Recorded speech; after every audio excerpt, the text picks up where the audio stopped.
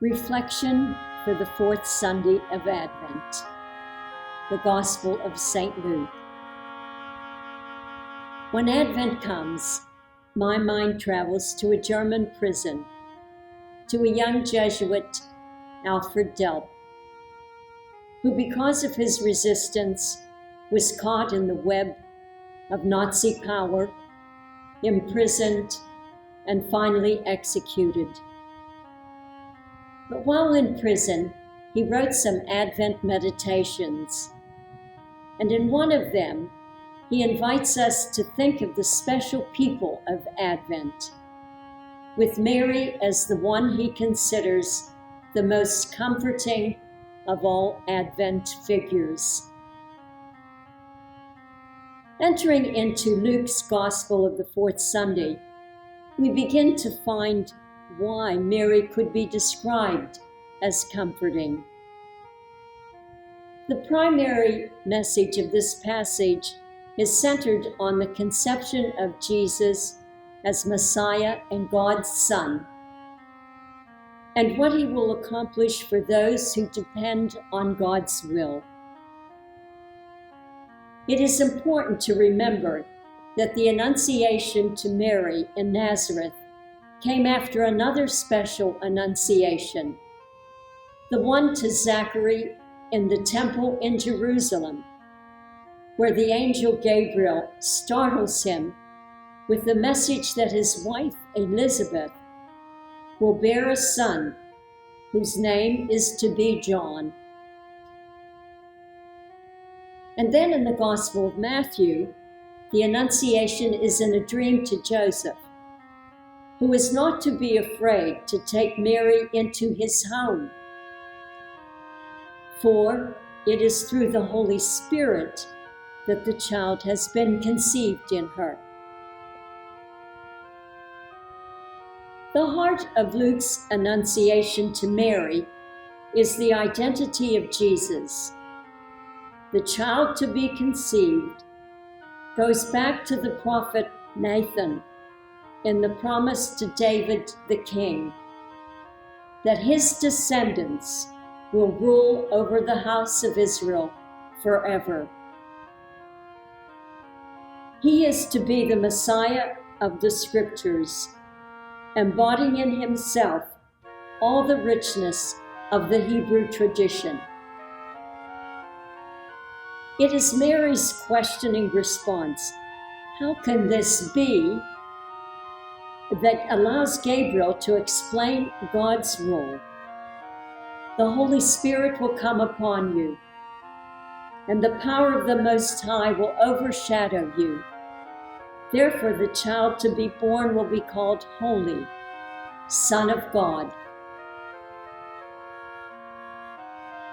Mary's clear response, "Let it be done to me according to your word."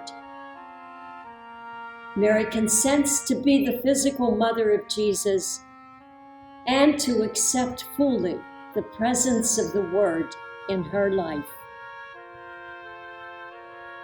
And what of the Word in our lives? When read in Advent, Luke's message of the Annunciation calls us as Christians to a renewed clarity of vision and commitment.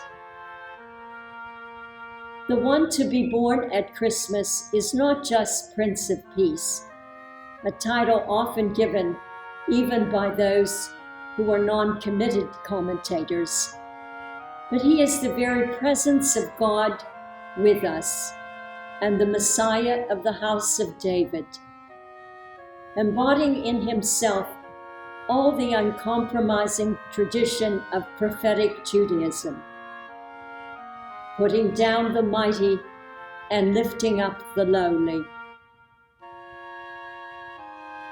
Now, in our place and our time, we look around, especially during this era of the COVID pandemic,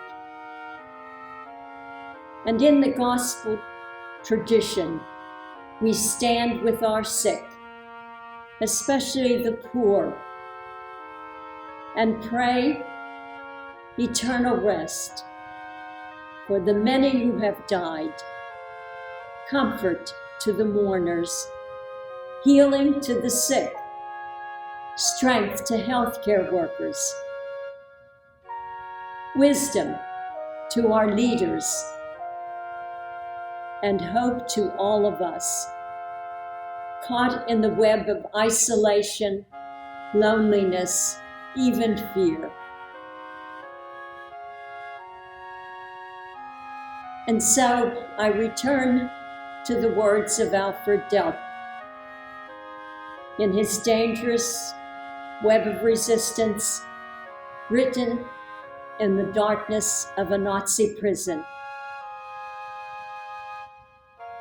The fact that the angel's annunciation found a motherly heart ready to receive the word, and that it grew beyond its earthly environment to the very heights of heaven.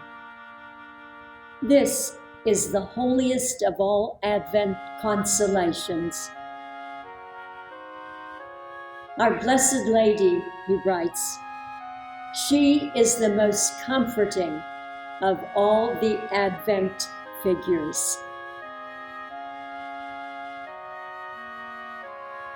May our Blessed Lady, in this year of the pandemic, comfort and remind us of the healing presence of Emmanuel, God with us.